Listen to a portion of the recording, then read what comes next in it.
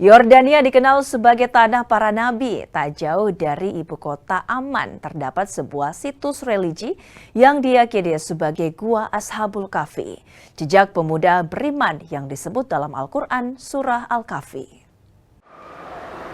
Perjalanan sekitar 10 km ke arah timur dari pusat kota Amman berdiri Gua Ashabul Kahfi. Situs ini diyakini menjadi tempat berlindung sekelompok pemuda beriman yang menolak dipaksa menyembah berhala oleh Raja Zalim pada masanya. Demi mempertahankan iman, mereka melarikan diri dan bersembunyi di dalam gua. Di tempat inilah Allah menidurkan mereka selama 309 tahun sebagai tanda kebesaran dan kuasanya.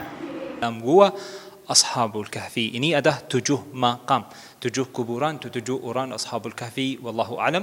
Qabr nomor 1, ini qabr nomor 2, 3, 4. Ini 4, sini 3, jumlah 7. 7 kuburan kosong, tulang-tulang kumpul di sini. Ini tulang-tulang asli 7 pemuda. Wallahu alam. Ini ada bintang, bukan Israel. Kalau Israel 6 sudut, ini 8. 8 maksudnya 7 orang 1 anjing, semua 8. Di dalam suratul Kahfi, wahum fi fajwatin min.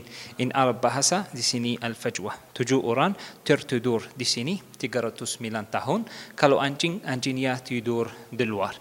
Cahaya matahari masuk from this lubang pada waktu zuhur. Waktu sore masuk pintu.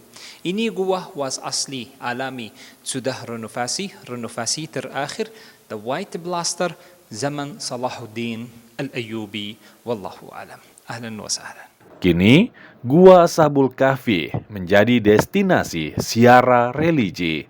Para pengunjung datang untuk mengenang keteguhan para pemuda serta mengingat keagungan Tuhan. قلبهم ربنا سبحانه وتعالى حتى عشان الخاصية تبقى موجودة الله عز وجل قلبهم ذات اليمين وذات الشمال حتى يصيروا كأنهم لم يموتوا كأنهم لسه أحياء ظلوا 300 سنين وازدادوا 9 الله عز وجل أماتهم.